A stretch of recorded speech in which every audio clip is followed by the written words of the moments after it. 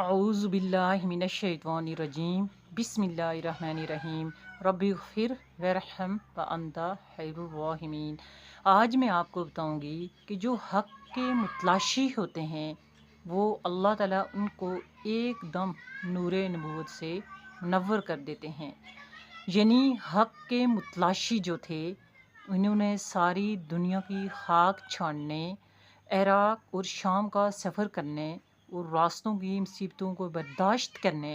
اور راستے میں فروخت ہونے کے بعد دینہ پاک حاضری دی، اور جب حضور پاک صلی اللہ علیہ وآلہ وسلم کو دیکھا تو ایک دم بول اٹھے کہ خدا کی قسم یہ کسی جھوٹے کا چہرہ نہیں ہو سکتا۔ یہ حضرت سلمان فارسی رضی اللہ تعالیٰ عنہ جو اصفہان کے ایک بہت بڑے رئیس کے بیٹے تھے، انہیں باپ کی سختی مجبور نہ کر سکی، انہیں سفر کی صعوبتیں، مشکلیں، مصیبتیں اس بات کے لیے مجبور نہ کر سکی کہ وہ دین حق کا راستہ چھوڑ دے، انہیں یہودیوں کا ظلم ہدایت کے راستے سے نہ روک سکا۔ وہ سارے سفر اور صعوبتیں برداشت کر کے اور ساری دنیا کا سفر کر کے حق کی تلاش کے لیے آئے، اور نبی پاک صلی اللہ علیہ وآلہ وسلم کا دیدار کرتے ہی ایمان لے آئے، اور پھر ایسا ایمان لائے کہ ساری زندگی حضور پاک صلی اللہ علیہ وآلہ وسلم کے قدموں میں ہی گزاری۔ نہ اپنا وطن یاد رہا، نہ باپ یاد رہا، نہ ماں یاد رہی، اور نہ ہی وہ رئیسی یاد رہی، نہ ہی وہ ٹھاٹ باٹ کی زندگی یاد رہی۔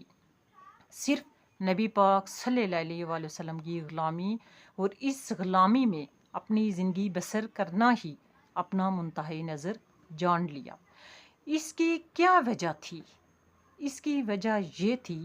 کہ پہلی بات تو یہ تھی کہ اللہ تعالیٰ کی طرف سے ان کی قسمت میں نیک بختی لکھی ہوئی تھی،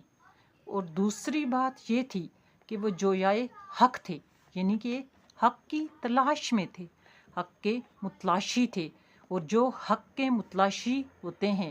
انہوں نے سچے سینے اور صاف سینے سے نبی پاک صلی اللہ علیہ وآلہ وسلم کا دیدار کیا،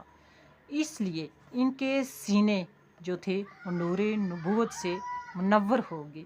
اور نور نبوت سے سینے منور ہونے کے بعد انہیں اچھائی اور برائی میں تمیز حاصل ہو جاتی ہے، اور پھر انہیں کوئی چیز بھی حق کے راستے سے روک نہیں سکتی۔ یعنی دیکھیں کہ ایک طرف ابو جہل تھا، ابو جہل کے سامنے کتنے دلائل پیش کیے گئے، معجزات دکھائے گئے، لیکن وہ ایمان نہیں لے آیا، اور دوسری طرف جو حضرت سلمان فارسی رضی اللہ تعالیٰ عنہ تھے، بہت بڑے رئیس کے بیٹے تھے، لیکن انہوں نے حق کو چنا، اور اللہ تعالیٰ نے ان کے سینے اور دل کو ایک دم نور نبوت سے منور کیا۔ اس طرح کی پیاری اسلامی معلومات کو سننے کے لیے میری اس چینل کو سبسکرائب کر لیں، تاکہ میری آنے والی جتنی بھی اس طرح کی اسلامی معلومات ہوں آپ تک پہنچتی رہیں، آپ ایسی معلومات کو آگے پہنچائیں، صدقہ جاریہ کا ثواب حاصل کریں، اور دین و ایمان میں اپنا حصہ ڈالیں۔ السلام علیکم ورحمۃ اللہ وبرکاتہ و مغفراتہ۔